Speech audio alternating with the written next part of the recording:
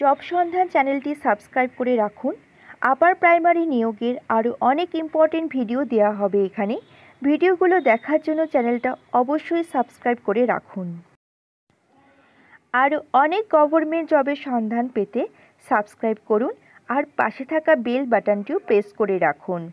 তাহলে আমি কোনো ভিডিও আপলোড করলে আপনাদের কাছে সঙ্গে সঙ্গে চাকরির খবরের নোটিশ সবার আগে চলে যাবে। সাবস্ক্রাইব না করলে ভিডিওগুলো মিস করবেন, সুযোগ কিন্তু আপনার হাত থেকে হাতছাড়া হয়ে যেতে পারে। তাই বলবো সুযোগে সদ্ব্যবহার করুন এবং সাবস্ক্রাইব করে রাখুন। এসএসসির অনশনরত প্রার্থীদের ডেকে শিক্ষামন্ত্রীর বৈঠক, কি বললেন পার্থ?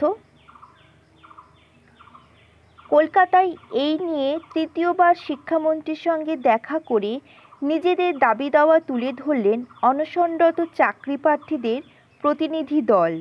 আজ দুপুরে বিকাশ ভবনে গিয়ে শিক্ষামন্ত্রীর সঙ্গে তৃতীয় দফায় বৈঠক করেন এসএসসি ছাত্র যুব অধিকার মঞ্চের 3 সদস্যের প্রতিনিধি দল। চাকরি প্রার্থীদের দাবি মন দিয়ে শোনেন শিক্ষামন্ত্রী।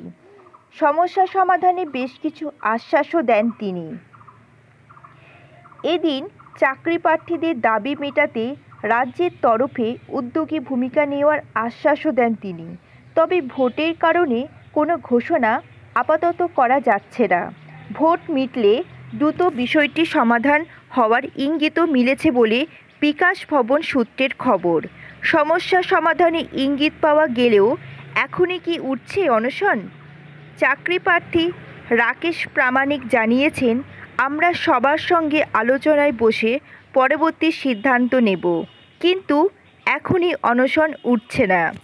এর আগে চাকরি প্রার্থীদের অনশনের পেছনে রাজনৈতিক অভিসন্ধির অভিযোগও তুলেছিলেন শিক্ষামন্ত্রী। এসএসসি চাকরি প্রার্থীদের একরোখা মনোভাব রাজনীতির রং লেগেছে বলে আশঙ্কা করেছিলেন শিক্ষামন্ত্রী পার্থ চট্টোপাধ্যায়।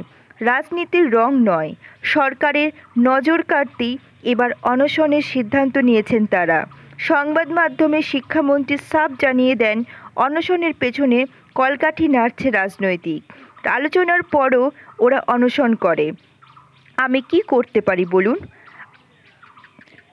এর আগে গত 2রা মার্চ সন্ধ্যায় এসএসসি চাকরি প্রার্থীদের অনশনের মঞ্চে হাজির হন শিক্ষামন্ত্রী পার্থ চট্টোপাধ্যায়। অনশনরত সফল চাকরি প্রার্থীদের সঙ্গে কথা বলেন, দেন একগুচ্ছ আশ্বাস। শিক্ষক নিয়োগ সংক্রান্ত সমস্যা মেটাতে আলোচনার বসার বার্তা দিয়ে সঙ্গে অনশন প্রত্যাহারে আর্জি জানান শিক্ষামন্ত্রী। এদিন সন্ধ্যায় দীর্ঘক্ষণ চাকরি প্রার্থীদের সঙ্গে কথা বলে সমস্যা জানার চেষ্টা করেন শিক্ষামন্ত্রী।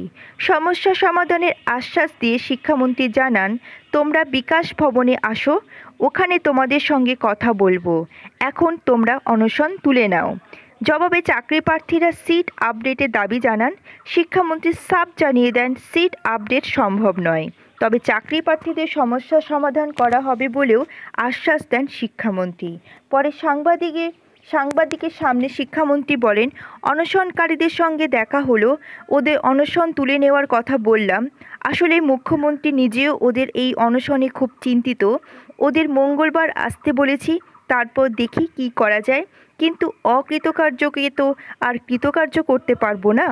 এরপর বিকাশ ভবনে দ্বিতীয় দফায় বৈঠক হলেও মেলেনি সমাধান সূত্র। টানা অনশন চালিয়ে যাওয়ার সিদ্ধান্ত নেন চাকরি প্রার্থীরা। রাজপথের চাকরি প্রার্থীদের টানা 20 দিনের অনশনকে কেন্দ্র করে রাজ্য রাজনীতি তপ্ত হতে শুরু করলেই কার্যত মাঠে নামতে বাধ্য হন শিক্ষামন্ত্রী।